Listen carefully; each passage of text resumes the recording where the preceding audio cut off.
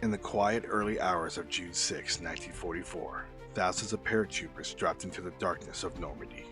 Tonight, we step into the boots of one of them, separate from his unit, alone behind enemy lines, and desperately trying to evade a German patrol, under a watchful German shepherd.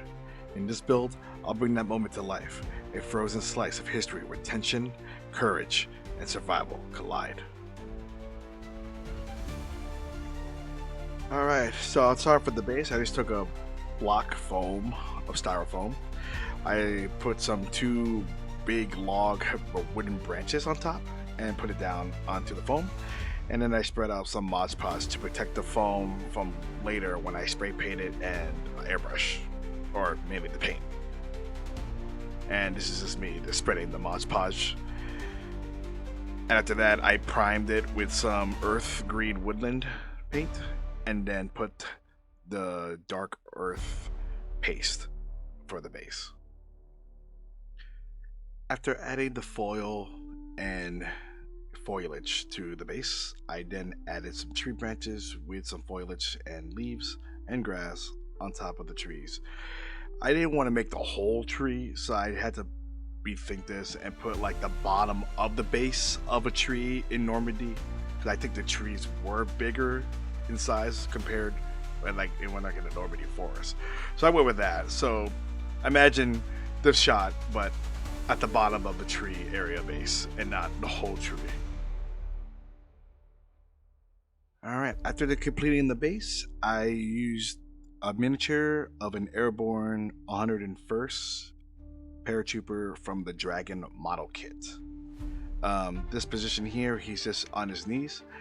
One knee up and one knee down, holding his M1 Garand. I thought it would be pretty cool to use that pose, as he will be hiding from the German patrol below a hill into a ditch, and with the German soldiers above him. I really like the Dragon models. It's almost as good as the Tamiya models, and plus they have more posable poses compared to Tamiya. I think Dragon and Masterbox are the ones that come close to Tamiya quality as it comes to the World War II models.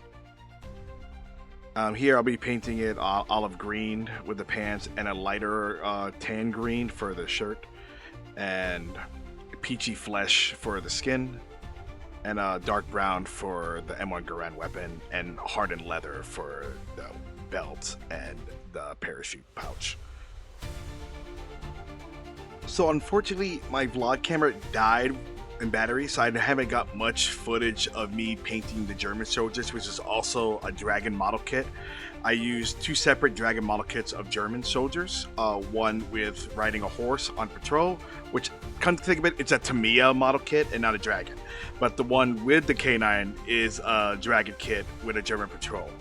And those are the ones I used for the German patrol above, with a German Shepherd, and one German soldier with a German Shepherd, and one German soldier with a horse. And with that, here's the backstory for the diorama. Enjoy.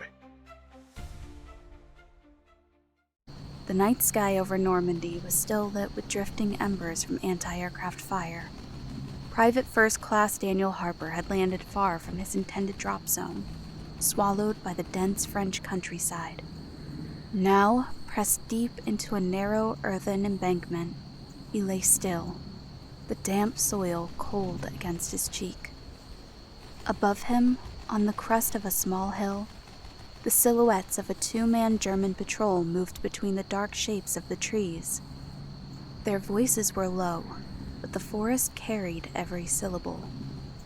Harper's pulse quickened when the dog came into view, a German shepherd, nose down, pulling against its lead, intent on the scent it had found.